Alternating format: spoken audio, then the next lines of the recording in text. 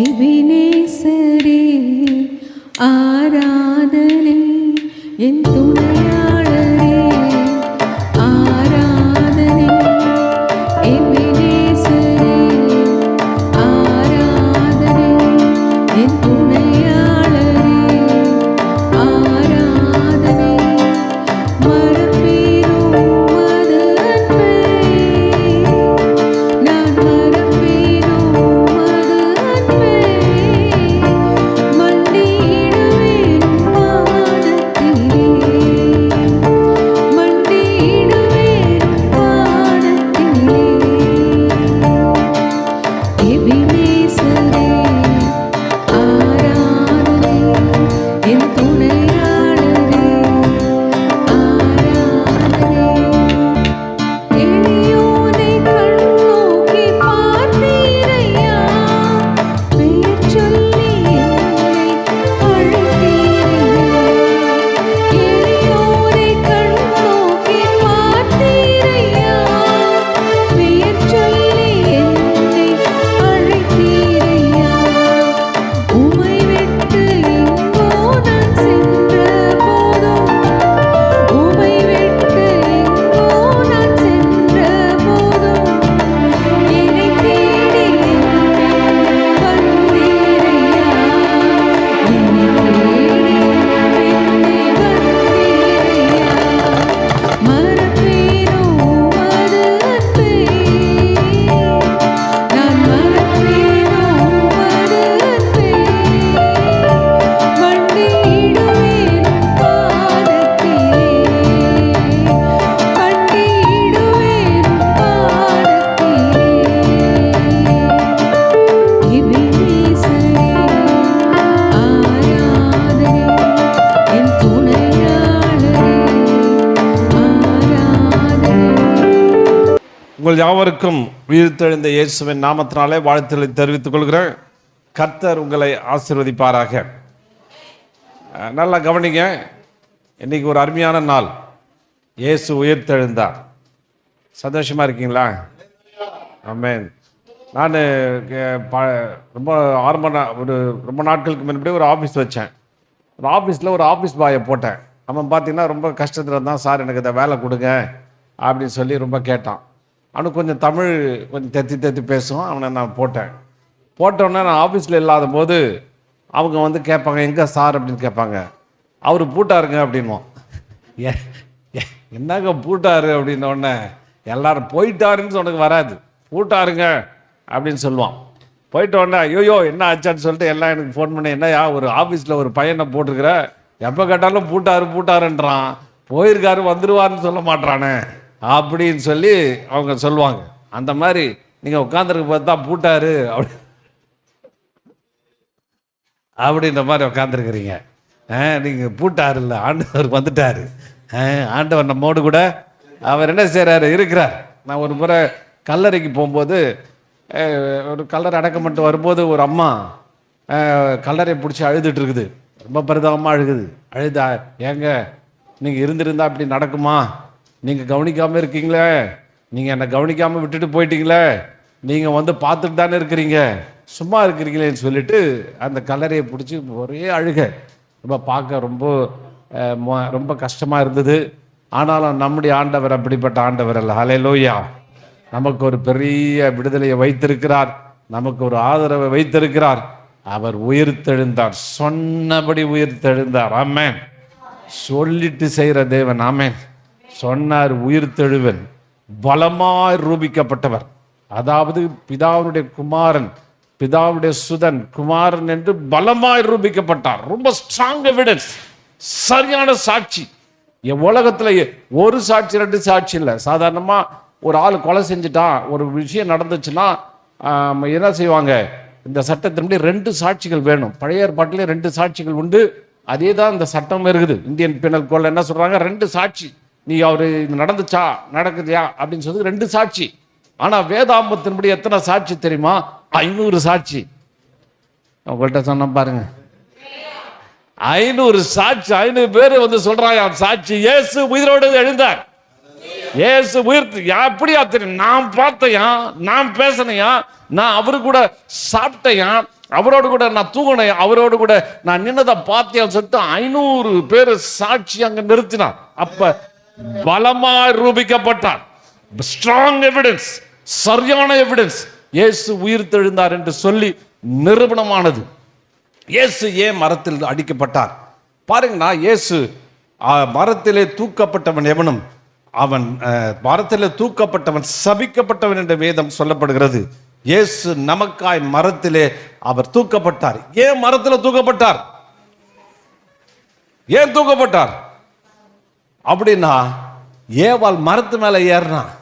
மரத்து மேல எப்படி ஏறினா? அவன் கைகளையும் கால்களையும் உபயோகப்படுத்தி மேலே ஏறினான். அப்படி அதனால அந்த கைகளும் கால்களையும் உபயோகப்படுத்தி ஏறினதால அதற்கான சாபமாய் இயேசு 2 கால்களிலும் 2 கைகளிலும் ஆணிகளாலே கடவப்பட்டார். ஹல்லேலூயா. அது மாத்திரமல்ல, அவன் என்ன செய்றான்? கைகளினாலே அந்த பழத்தை பறிக்கிறாள். அப்ப பறிக்கும் பொழுது அதற்கு அவர் பிரத்யட்சம் பண்ணுகிறார், அதற்கு உத்தரவாதம் கொடுக்கிறார். 5 காயங்கள் அவள் ஏற்றுக்கொள்கிறார். 5 காயங்கள் அவருடைய சரீரம் புலக்கப்படுகிறது. அது மாத்திரமல்ல, அந்த ஏவாள் அந்த பழத்தை எடுத்து எப்படி சாப்பிட்டுருப்பா? கடிச்சு சாப்பிட்டா. அப்படியே கடிச்சு நொறுக்கி அந்த பழத்தை சாப்பிட்டா. அதற்கான விளக்கரை என்ன பண்ணாரு? இயேசுடைய தலையிலே 32 முள்கள் அடிக்கப்பட்டதாய் வேதாகம் சொல்லுகிறது. அது எதை குறிக்கிறது? 32 பல்லு இருக்குது. எத்தனை பல்லு? அன்னைக்கு கூட டென்டிஸ்ட் கேட்டேன், எண்ணி பார்த்தீங்களா? 32. எல்லாருக்கும் 32 இருக்குது, ஒரு சில பேருக்கு கம்மியாக கூட இருக்கும் அப்படின்னாரு. 32 பல்லு இருக்குது. 32 பல்லு கடிச்ச அந்த பழத்துக்கு 32 முள்ளு, ஆரங்கலம் நீளம் முள்ள தலையில வச்சு அடிச்சு அவர் தலையில இறக்கப்பட்டது. அது மாத்திரமல்ல, மரத்தில் அவர் ஏறும்போது அவர் அந்த சரீரத்தை பிடித்து ஏறினதுனால அவருடைய சரீரம் முழுவதும் முழு சரீரமும் சாபத்துக்குள்ளாக்கப்பட்டதுனால, இச்சைக்குள்ளாக்கப்பட்டதுனால முழு சரீரத்திலையும் தாங்க ஒண்ணாத காயங்கள் அங்கே உண்டாகினது. கிட்டத்தட்ட வேதாத்தின்படி 5700 டீப் வூண்ட்ஸ், ஆழமான காயங்கள். அது மாத்திரமல்ல, சாதாரணமாக பழத்தை பறிச்சிங்கன்னா அப்படியே புழிஞ்சு சாப்பிடுவான். ஆரஞ்சு பழத்தை கொடுத்தா சாப்பிடுங்க, ஆப்பிளை சொன்ன சுவைச்சு அந்த சாறு அப்படியே புழிஞ்சு சொன்னான். ஒரு சொட்டு கூட கீழே விடாது. நல்லா வாயை மூடிட்டு சாப்பிட்றான். சொட்டு ஒரு ரசம் விழுந்துடக்கூடாது, அந்த சாறு விழுந்துடக்கூடாது, புழிஞ்சு சாப்பிடுவாங்க. இயேசுடைய ரத்தம் புழியப்பட்டது.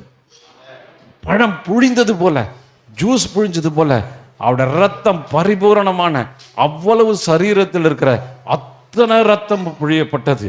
மரத்திலே தூக்கப்பட்டவன் அந்த ஏவாள் செய்த அந்த பாவத்திற்கு, ஏவாள் செய்த சாபத்திற்கு இயேசு கல்வாரி சிலுவையில அந்த மரத்தின் மேல் தூக்கிடப்பட்டார். அது மாத்திரமல்ல, பாருங்க, அவ்வளோத்தையும் அவர் சரீரம் முழுவதும் புழிக்கப்பட்டது, முழுவதும் அடிக்கப்பட்டது. அதற்கான விலக்கிரயத்தை செலுத்தினார். அது மாத்திரமல்ல, அவள் இச்சித்தாள். அவள் இச்சை எங்கிருந்து வருது? இச்சை எங்கிருந்து வருது? இருதயத்தின் ஆழத்திலிருந்து வருது. இருதயத்தின் ஆழத்திலிருந்து இச்சை வரும். பாருங்க, இயேசு கல்வாரி சிலுவையில் தொங்கின பிற்பாடு ஒரு மனுஷன் என்ன செய்யறான்? ஈட்டி எடுத்து விழாவில் குத்துறான். விழாவில் குத்துறான்னு ஆழமாக குத்திட்டான்.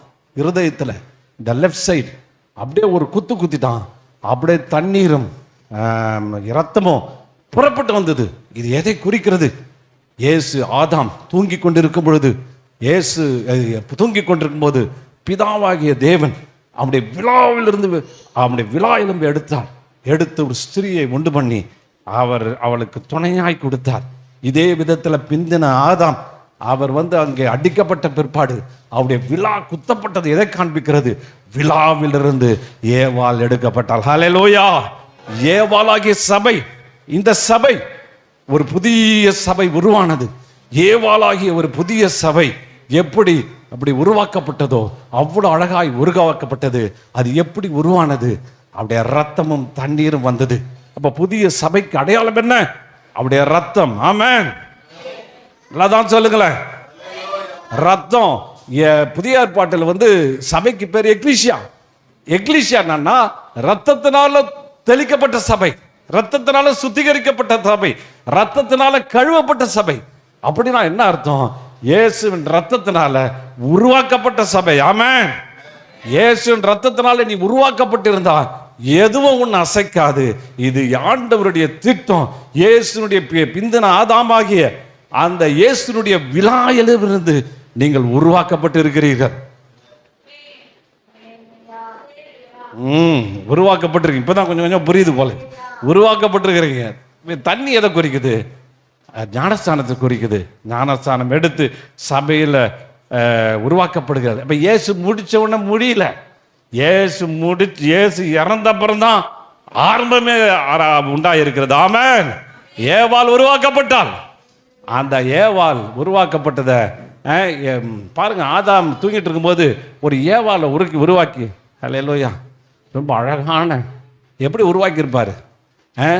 இப்போ இருக்கிற எல்லாம் உலக அழகெல்லாம் தோற்று போயிடும். ஏவாளை உருவாக்குறது அவ்வளோ அழகான ஒரு ஏவாளை உருவாக்கி அப்படி நிறுத்தும் போது வா அப்படின்னு இருப்பான். அல்லேலூயா, சோத்திரம். அதே மாதிரி இந்த புதிய சபை உருவாக்கப்பட்டிருக்கிறது. அழகான சபை. நீங்கள் எல்லாம் அழகானவர்கள், இயேசுவால் உருவாக்கப்பட்டவர்கள், அழகான ஆட்கள். ஆமென்.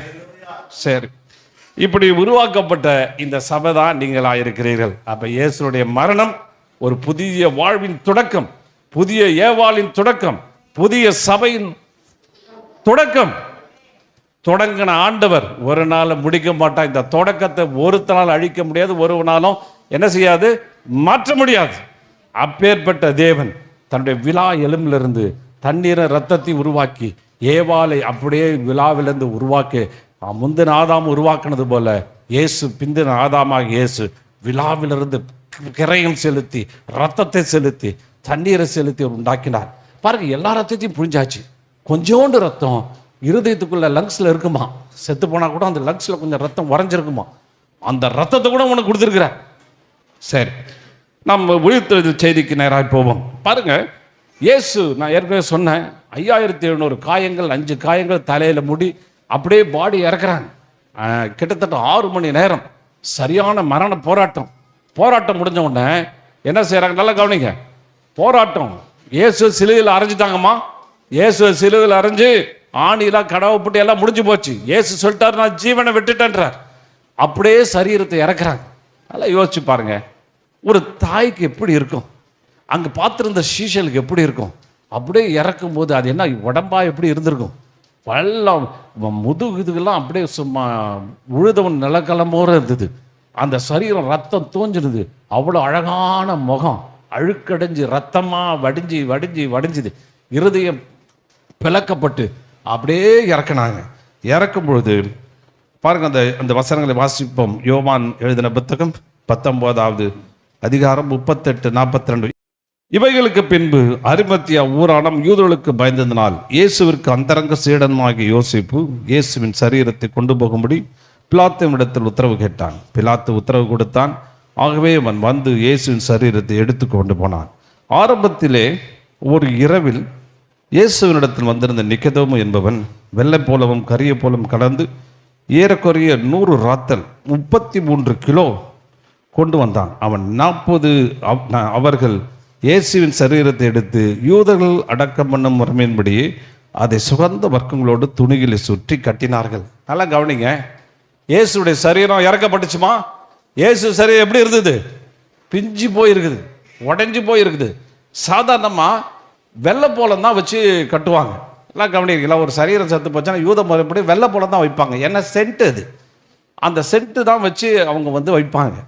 ஆனால் இந்த நிக்கதோம் என்ன செய்யறான்? கரியப்போலம் எடுத்துகிட்டு வரான். கரியப்போலம்னா 30 கிலோ, சாதாரண கிலோ இல்லை. எதுக்கு கரியப்போலம் எடுத்துகிட்டு வந்தான்னாக்க எல்லாத்தையும் வெள்ளை போலம் தான் வைப்பாங்க.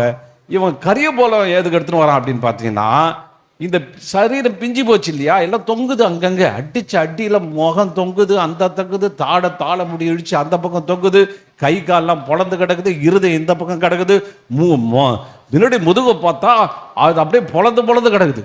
அப்போ அவன் என்ன சொன்னான், எப்பா இது வந்து சாதாரணமாக சுத்த முடியாது, கரியப்போலம் தேவை.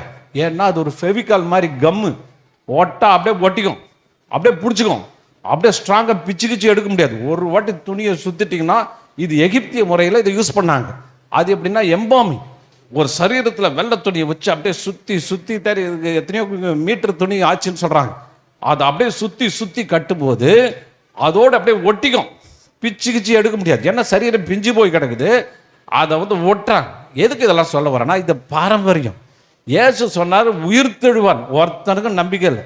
ஒருத்தருக்கும் இவர் உயிர்த்தோடு எழுந்திருப்பாருப்பா, இவர் மேலே வருவாருப்பா, இவர் சொன்னாரப்பா அப்படின்னு யாருக்கும் எந்த ஐடியாவும் கிடையாது.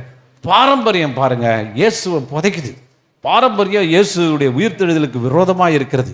முறைமைகள், மத சம்பிரதாயங்கள், மத காரியங்கள் இயேசுடைய உயிர்த்தெழுத வல்லமைக்கு எதிரானது. பாருங்க, அவங்களுக்கு தெரியாம செய்யறாங்க. அறியாமைனாலே நல்லது செய்யற மாதிரி வச்சு ஃபெவிகாலை வச்சு தடவி தடவி தடவி, சாதாரணமாக ஃபெவிகால் இடத்துல ஒட்டினா பிடிச்சி இழுக்கவே முடியாது. அந்த காயங்களை வச்சு அப்படியே அப்படியே அப்படியே சுற்றி முழுசமாக கட்டுறாங்க.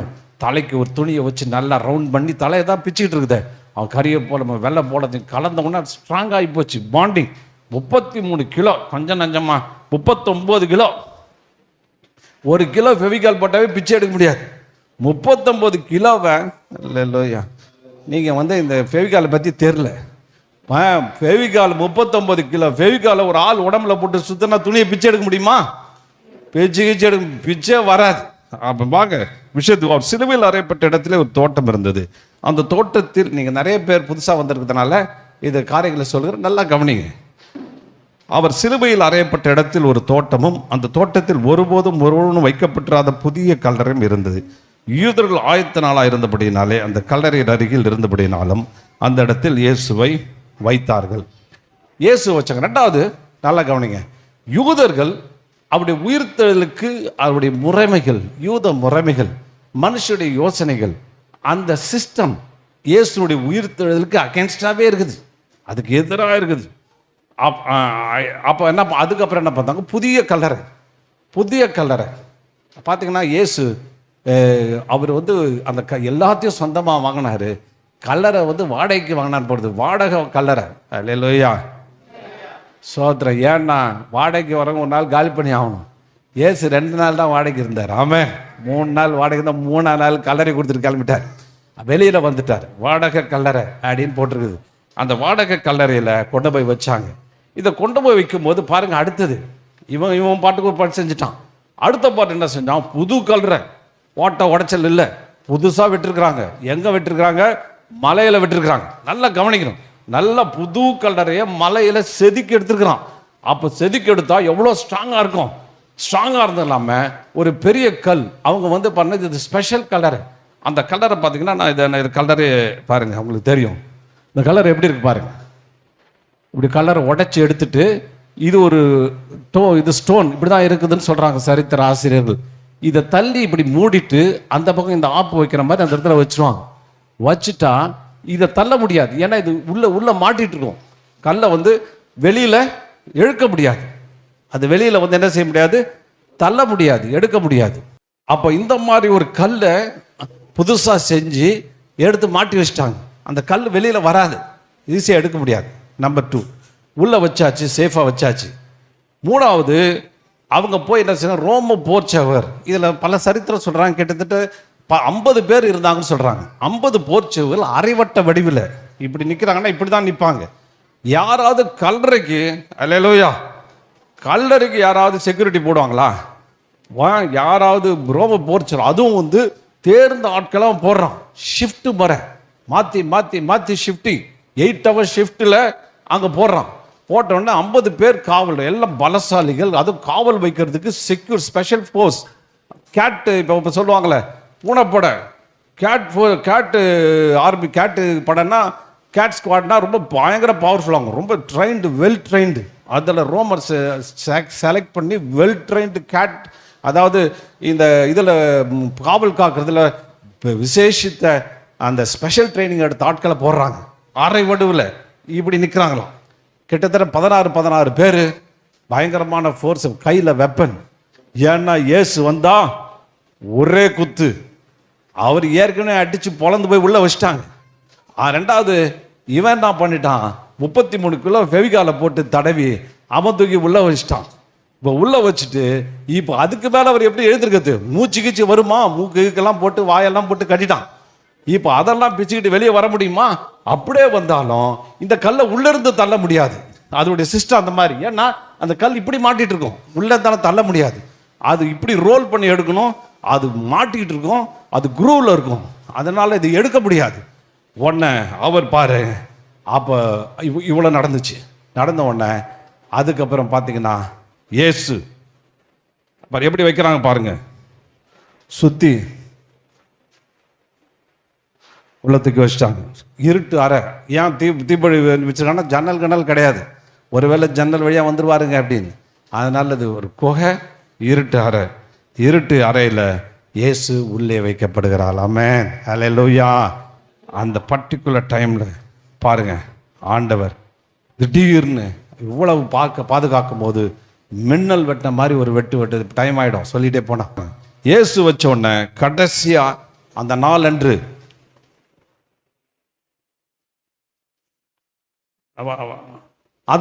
அந்த நாளில் கரெக்டாக விடிய காலையில் ஒரு மின்னல் வெட்டுது, பளின்னு ஒரு வெட்டுது.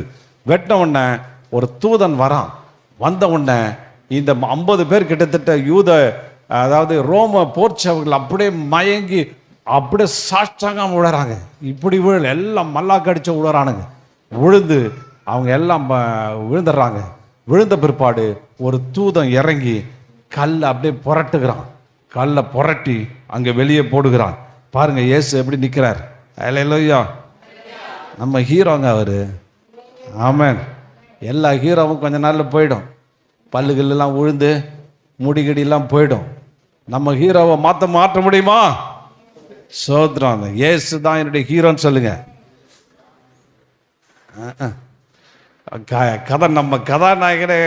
நம்முடைய கதாநாயகனே அவர் தான், நம்முடைய ரோல் மாடலே அவர் தான். எப்படி ஸ்டைலாக நிற்கிறார் பாருங்க. ஹல்லேலூயா. டேய், எதை வச்சு சுற்றி கட்டினாலும் எல்லாத்தையும் தாட்டிட்டு என்ன செய்வேன்? மேலே வருவேன், நான் மறுபடியும் உயிர் தெழுந்த வல்லமையோடு கூட வெளியில் வருவேன் அப்படின்னு சொல்லி அவர் அங்கே நிரூபிக்கிறார். நாள் முடிந்த பிறகு வாரத்தின் முதல் நாள் பொழுது விடிந்த போது மகதலானா மரியாளும் கல்லறை பார்க்க வந்தார்கள். அப்பொழுது பூமி மிகவும் அதிரும்படி கர்த்தருடைய தூதன் வானத்திலிருந்து இறங்கி வந்து வாசலிருந்து கல்லை புரட்டி தள்ளி அதன் மேல் உட்கார்ந்தான். ஆமென். பாருங்க, கல் சாதாரண கல் இல்லை, இது அம்மிகல், குழவி கல். அந்த கல்லோட வெயிட் 2 டன்னு. எவ்வளோ? 2000 கிலோ. 2000 கிலோவும் அதுவும் எடுக்க முடியாத மாதிரி உள்ள வச்சுட்டான். வச்சுட்டு பொறுத்தாரு. ஒரு தூதம் வரான். வரும்போது பூமி என்ன செய்யுது? ஃபுல்லா சும்மா ஆட்டம் காடுது, அதிருது. அவன் தோற்றம் எப்படி இருக்குன்னா மின்னல் மாதிரி இருக்குதான். அப்படி பளிச்சுன்னு அப்படி இறங்குறான். அவனுடைய உடை உறைந்த மழையை போல் வெண்மையா இருந்து காவலாளர்கள் அவனுக்கு பயந்ததுனாலே திடுக்கிட்டு செத்தவர்கள் போல ஆனார்கள். ஹல்லேலூயா. இயேசு உள்ள வச்சுட்டு அப்படி வந்தவன காலையில் ஒரு தூதம் இறங்கி வரான். வந்தவன என்ன செஞ்சாங்க? எல்லாம் செத்தவனு மாதிரி கீழே விட்டானுங்க. ஏன்? பயம். ஹல்லேலூயா. டர்ரு. பயத்தில் அவன் என்ன செஞ்சுட்டானுங்க? அப்படியே பயந்து அப்படியே என்ன செய்ய செத்தவன் மாதிரி விழுந்துட்டான். எல்லாம் டெட் பாடி மாதிரி விழுந்துட்டானுங்க. ரோம போர்ச்சவர்கள் சாதாரண ஆட்கள் இல்லை, பயங்கர வீரம் உள்ளவர்கள், துணிவுள்ளவர்கள், தைரியமானவர்கள். ஆனா தூதம் இறங்கினான்னா என்ன செஞ்சிடும்? அல்லு விட்டுரும். ஹல்லேலூயா. அவன் கீழே விழுந்துடுறான். விழுந்து செத்தவனை மாதிரி மாறிடுறாங்க. அந்த தூதர் பெண்களை பார்த்து அதுல இன்னொரு பாயிண்ட் பாருங்க. அந்த வாசலில் இருந்த கல்லை புரட்டி அதன் மேல் உட்கார்ந்தான். கல்லை புரட்டி ஏன் அது மேல உட்கார்ந்தான்? ஹல்லேலூயா. அவன் உட்கார்ந்தா எடுக்க முடியுமா? தூக்க முடியுமா? அந்த மாதிரி கல் மேலே உட்காந்தானா அது ஒரு ரொம்ப அருமையான பாயிண்ட், எனக்கு ரொம்ப பிடிச்சிருந்தது. ஒன்னையும் கல் வச்சு மூடி வச்சிருக்கிறாங்க. வெளியே வரமல்ல, உபத்திரவ குகை, அந்த குகை, இந்த குகை. இயேசு சொல்றாரு, அதே உயிர்த்தனுடைய வல்லமை உனக்கும் கொடுக்கப்பட்டிருக்கிறது. உன்னை எந்த கல் வச்சு மூடினாலும் உன்னை திறக்கிறதுக்கு ஒரு தூதம் வருவான். அதை தூதம் திறந்து விட்டாக்க மறுபடியும் எவனா தூக்கி வச்சிருவான். ஆனா அவன் தூக்கி மேலே ஏறி உட்கார்றான். இனி அந்த கல்லை எவனும் புரட்ட முடியாது, எவனும் திருப்பி மூட முடியாது, எவனும் அந்த இடத்துல வைக்க முடியாது. அது திறந்த கல்லறை. ஆமென். ஏன்னா இதை ப்ரூவ் பண்ணி ஆகணும். மறுபடியும் மூடி வச்சுட்டு இருக்காருன்னு சொல்லி ஏமாத்திரக்கூடாது. அதோட காமிச்சு ஏசுங்க அப்படிலாம் ஒன்றும் இல்லைங்க, உள்ள இருக்காருங்க, இது எடுக்க முடியாதுன்னு சொல்லி எங்கேயும் எதுவும் காமிக்க முடியாது. அதை நிரூபிக்க வேண்டும் என்று பிதாவானுடைய திட்டம். அவன் தூதன் அங்கே கல்லை உட்காந்துட்டான், கல்லு மேலே உட்காந்துட்டான். அதை யாராலும் எடுத்து மறுபடியும் வைக்க முடியுமா? நல்ல சத்தமாக தான் சொல்லுங்களேன். முடியாது. அது மேல உன் மேல வச்சிருக்கிற பாரம், உன் மேல வச்சிருக்கிற வெயிட்டு, உன் மேல வச்சிருக்கிற எல்லா காரியத்தையும் ஆண்டவர் புரட்டி தள்ளி அது மேல தூதனை வைக்க உட்காருவாரு. திருப்பி சாத்தானால எந்த சக்தியாலும் உன் மேல திருப்பி வைக்கவே முடியாது. நல்ல ஒரு ஆமென் சொல்லுங்க பார்க்கலாம். நல்ல உயிர் தெழுந்த வல்லமையோட சொல்லுங்க. ஆமா, நல்லா இருக்குது. அப்போ ஆண்டவர் பாருங்க, பயப்படாமல் சிலுவையில் அறையப்பட்ட இயேசுவை தேடுகிறேன். அப்போ ஆண்டவர் இவ்வளவு தூரம் அவங்களை என்ன செய்றாரு? அவர் உயிரோடு கூட அவர் எழுப்பி அங்கே அவர் என்ன செய்றாரு? அவர் அங்கே வெற்றி சிறக்குகிறார். பாருங்க, எழுந்துட்டார். வாரத்தின் முதல் நாள் காலையில் அதிக இருட்டோடு மகதலேனா மரியாள் கல்லறைக்கு வந்து கல்லறை அடைத்திருந்த கல் எடுத்து போட்டிருப்பதை பார்த்தாள். அவள் உடனே ஓடி சீமோன் பேதுருவிடம் இயேசுவிற்கு அன்பாயிருந்த சீடனிடம் போய் கத்தரை கல்லிலிருந்து எடுத்து கொண்டு போய்விட்டார்கள், அவரை வைத்த இடம் எங்களுக்கு தெரியவில்லை என்றார்கள். அப்பொழுது பேதுருவும் மற்ற சீடனும் கல்லறைக்கு போவதற்கு புறப்பட்டு இருவரும் ஒருமித்து ஓடினார்கள். அதற்குள்ளே குனிந்து பார்த்து துணிகள் கிடக்கிறதையும், ஆனாலும் அவன் உள்ளே போகவில்லை.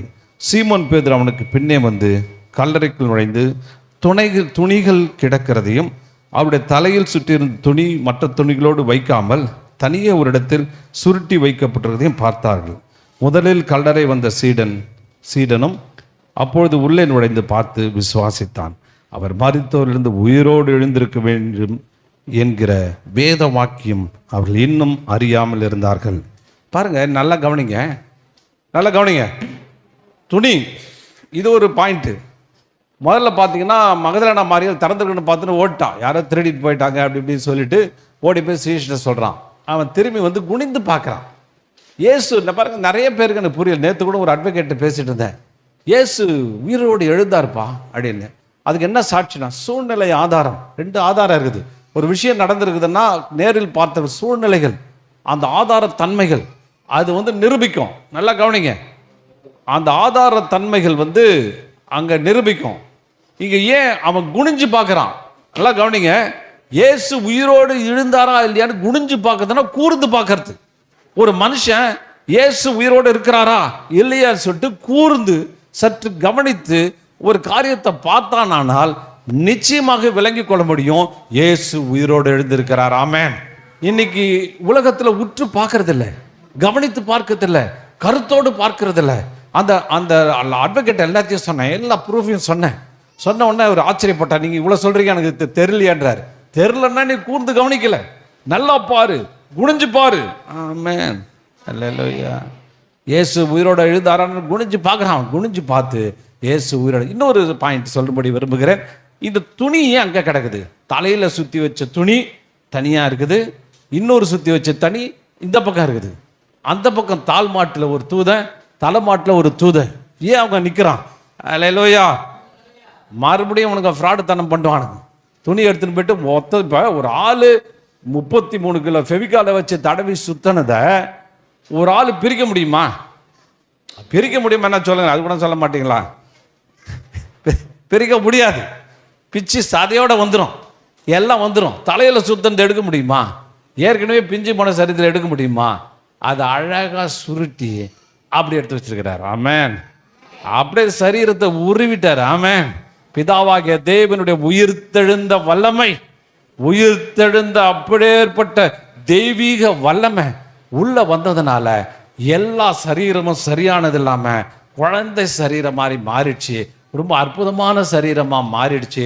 புத்தம் புதிய சரீரமா மாறினது மாத்திரமல்ல, அந்த துணியிலேருந்து அழகாக வெளியில் எடுத்துட்டார்.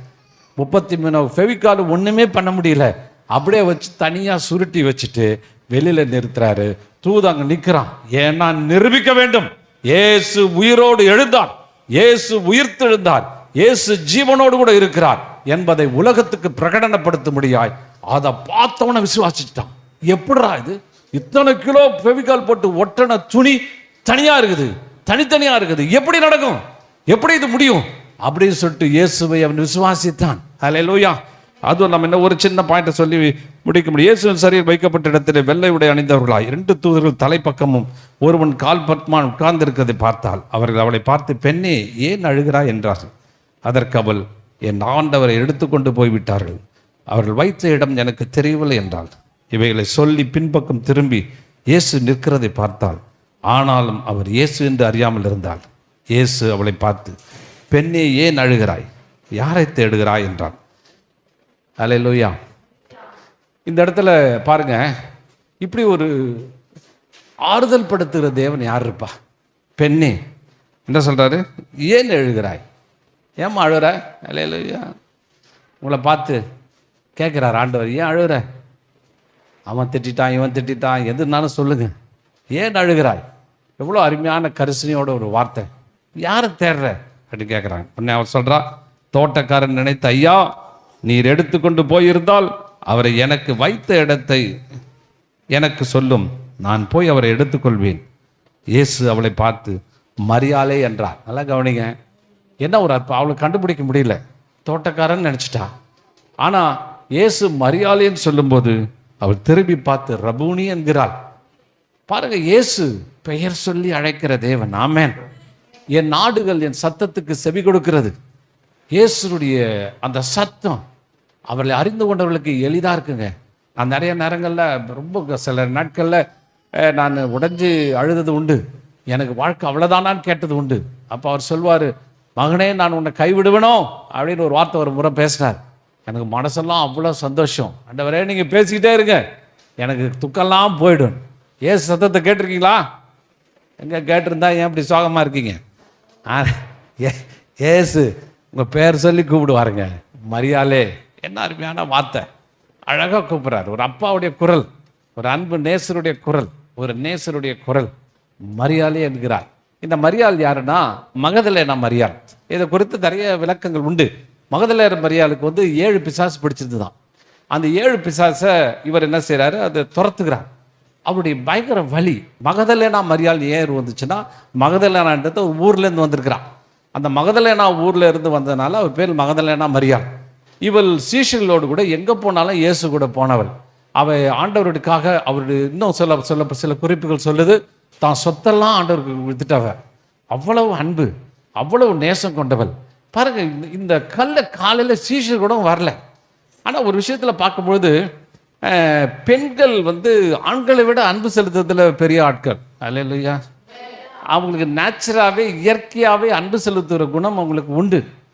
இயேசு பாருங்க, சீஷனை பார்த்து, பேதுருவை பார்த்து கேட்குறாரு, என்னில் அன்பா இருக்கிறாயா?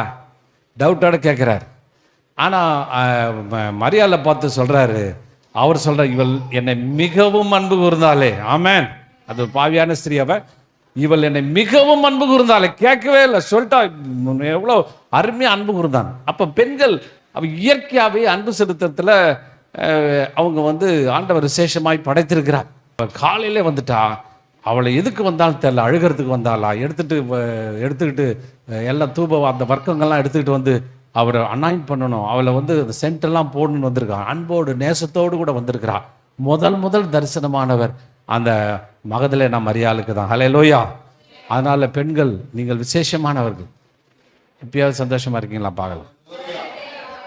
அதனால உங்களுக்கு தான் அதிகமாக ஆண்டவர் காட்சி கொடுக்குறார். பின்பு தான் ஆண்கள். ஆமென். பெண்கள் தான் ஃபர்ஸ்ட் மறுதளிச்சு போனாங்க. ஆனால் ஆமென், பெண்கள் தான் ஃபர்ஸ்ட் மறுதளிச்சு போனாங்க.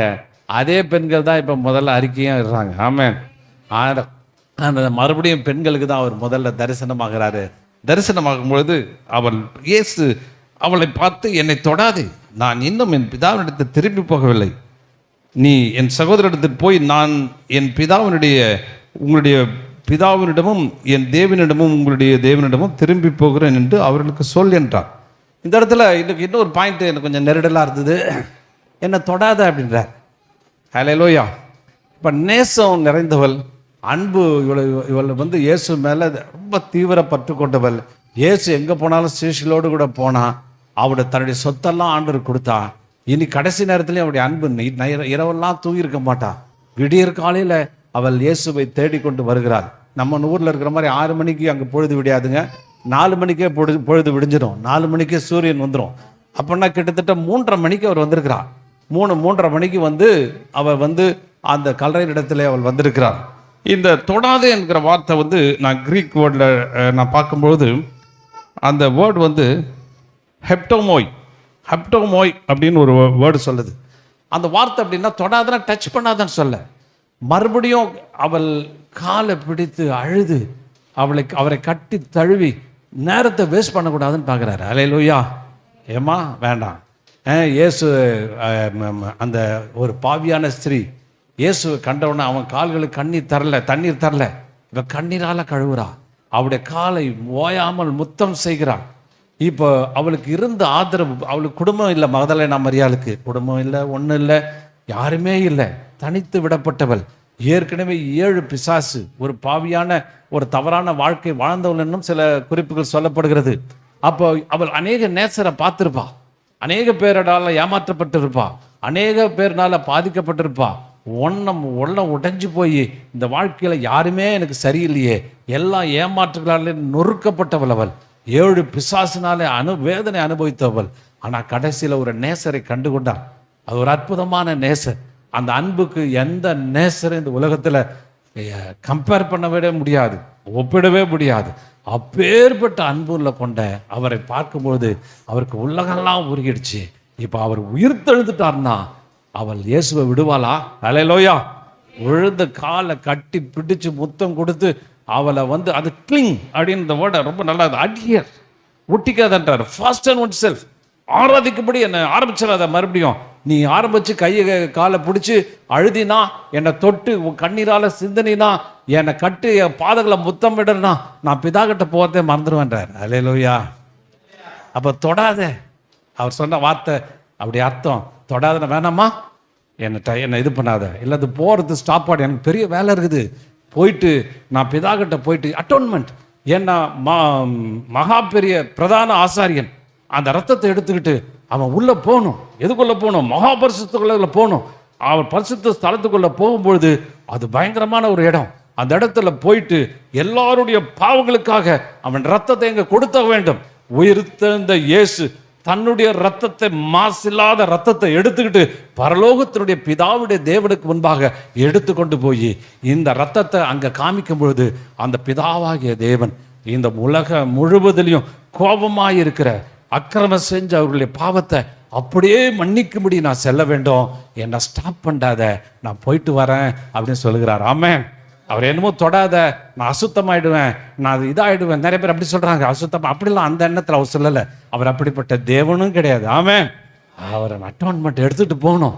நீ வர்ஷிப் ஆரம்பிச்சிடாத, உன் அன்பு அதிகமாக்கிடாத, கண்ட்ரோல் பண்ணிக்கோ, ஓடு, சீஷர்கிட்ட போய் சொல்லு, நீ போயிட்டு வர்றதுக்குள்ள நான் வந்துடுவேன்னு சொல்லிட்டு பாருங்க, வேகமாக பரலோகத்துக்கு போனவர் திரும்பி வந்துட்டார். அவளுக்கு முன்பாகவே அவர்களுக்கு காட்சி கொடுத்தார். அப்போ உயிர்த்தெழுந்த ஆண்டவர், அவர் உயிர்த்தெழுந்தது மாத்திரமல்ல, நமக்கும் அந்த உயிர்த்தெழுதலின் வல்லமையை கொடுத்திருக்கிறார். ஆமென். அதே சாவுக்கு ஏதுவான சரீரங்களை அவர் உயிர்ப்பிக்கிறார். அதே உயிர்த்தெழுந்த வல்லமை உங்களை உபத்திரவத்தின் குகையிலிருந்து கொண்டு வருகிறது. அதே உயிர்த்தெழுந்த வல்லமை உங்களை அடைக்கப்பட்ட கதவுகளை திறக்கிறது. அதே உயிர்த்தெழுந்த வல்லமை உங்களுடைய காயங்களை நீக்கி மாற்றுகிறது. அது வியாதியின் காயங்களாக இருக்கட்டும், மனுஷங்களால் ஏற்படுத்தப்பட்ட மனக்காயங்களாக இருக்கட்டும், உங்களை முழுவதுமாய் மாற்றப்படுகிறது. அது மாத்திரமல்ல, உங்களை பரலோகத்திற்கும் கொண்டு போய் சேர்க்கிறது. ஆமென். அப்போ இந்த உயிர்த்தெழுத நன்னாளில் தேவன் அற்புதமான காரியங்களையும் அதிசயமான காரியங்களையும் செய்கிறவராய் இருக்கிறார். ஹல்லேலூயா. அப்போ நம்முடைய வாழ்க்கையில் தேவன் அற்புதங்களை அவர் விளங்க பண்ணுகிறவராக இருக்கிறார். பிலிப்பியர் 3:10 வாசிக்கும் பொழுது, இப்படி நான் அவரையும் அவருடைய உயிர்த்தெழுதலின் வல்லமையும் அவருடைய பாடுகளின் பாக்கியத்தை அறிகிறதற்கு அவருடைய மரணத்திற்கு ஒப்பான மரணத்துக்குள்ளாகி எப்படியாகிலும் நான் மரித்தோரிலிருந்து உயிரோடு எழுந்திருப்பதற்கு தகுதியாகும் பிடிக்கும் அப்படின்னு போட்டிருக்குது. பாருங்க, இந்த இடத்துல இயேசு சொல்றாரு, இப்படி நான் அவரையும் அவருடைய உயிர்த்தெழுதலின் வல்லமை, எல்லாம் சொல்லுங்க. அப்ப உயிர்த்தெழுதலின் வல்லமையை என்ன செய்யறாரு? அவர் நமக்கும் என்ன செய்யிருக்காரு? கொடுத்திருக்கிறார். அந்த உயிர்த்தெழுந்த வல்லமை நம்ம சும்மா நம்ம எல்லாம் சோப்லாங்கியா இருக்கிறோம்.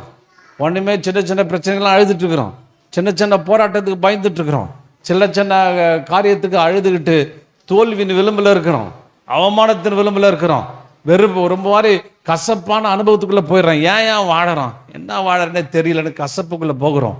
ஆனால் இந்த உயிர்த்தெழுதலின் வல்லமை, த பவர் ஆஃப் ரிசரக்ஷன், டினாமிஸ்ன்றப்ப ஒன்ற கிரேக்க பதர் சொல்லுகிறது. பயங்கர பவர்ஃபுல். அப்படியே உயிர்த்தெழுந்த வல்லமையை அப்படியே உனக்கும் கொடுத்திருக்கிறார். ஆமென். உங்க சாவுக்கு எதுவான சரீரம் அவருடைய மருத்துவத்தில் உங்களை கொடுத்து உங்களை அப்படியே உயிர்ப்பிக்கிறார். உங்களை அந்த உயிர்த்தெழுதலின் வல்லமை நமக்கு சபைக்கு அவர் அளித்திருக்கிறார். அல்லேலூயா. இந்த சபையில தேவனுடைய உயிர்த்தெழுந்த வல்லமை இருக்கிறது. இந்த சபையில தேவனுடைய உயிர்த்தெழுந்த வல்லமை ஒவ்வொருவரையும் தொடுகிறது. அவர் உயிர்த்தெழுந்த தேவன் இங்கும் உலாவிக் கொண்டிருக்கிறார். நம்ம விசுவாசிகளுக்கு அவர் காண்பித்துக் கொண்டே இருக்கிறார். அந்த உயிர்த்தெழுந்த வல்லமை உங்களுடைய எல்லா மரண கட்டுகள், எல்லா சூழ்நிலை கட்டுகள் எல்லாவற்றையும் அப்புறப்படுத்தி தேவன் உங்களை உயிரோடு கொண்டு வருவது மாத்திரமல்ல, கடைசியில நீங்க மரித்தாலும் இந்த உயிர்த்தெழுந்த வல்லமையோடு கூட நீங்க மரிக்கிறபடினால அந்த உயிர்த்தெழுந்த வல்லமை இயேசு எப்படி உயிர்ப்பிக்கப்பட்டாரோ, இயேசு எப்படி உயிர்த்தெழுந்து புதிய சரீரத்தை தரித்து கொண்டாரோ, அதே சரீரத்தை உங்களுக்கு தரிப்பிக்கும்படியாய் தேவன் உதவி செய்கிறார். அல்லேலூயா. இந்த உயிர்த்தெழுந்த வல்லமை பாருங்க. இயேசு உயிர்த்தெழுந்த உடனே பூட்டிய கதவுகளை உள்ள வர்றார். ஏங்க கதவு பூட்டு போட்டுச்சு, எப்படிங்க வர முடியும்? ஈஸியா உள்ள இருந்தாரு. ஏன்னா இது உயிர்த்தெழுந்த சரீரம். எப்படிப்பட்ட பூட்டிய கதவுகளையும் நம்மளால போக முடியும். ஆமென். அந்த உயிர்த்தெழுந்தனுடைய பாடி அத மாதிரி எங்க பூட்டப்பட்டிருக்கிற கதவுகளுக்கு மத்தியிலையும் உயிர்த்தெழுந்த வல்லமை ஊடுருவி பாய்ந்து கொண்டிருக்கிறது. ஆமென். அதனால எந்த சூழ்நிலையும் அந்த உயிர்த்தெழுந்த வல்லமை உங்களுக்குள்ளே வரும், உங்களை அது மாற்றும், உங்களுக்கு வேண்டிய கிருபைகளை தரும். இந்த உயிர்த்தெழுதலை பெற்றுக்கொண்ட நீங்க எல்லாவற்றிலிருந்து உயிர்ப்பிக்கப்படும்படியாய், மேலே வரும்படியாய், ஜெயத்தை பெற்றுக்கொள்ளும்படியாய், விடுதலை பெற்றுக்கொள்ளும்படியாய், சுகத்தை பெற்றுக்கொள்ளும்படியாய் தேவன் உங்களுக்கு உதவி செய்வாராக. ஆமென்.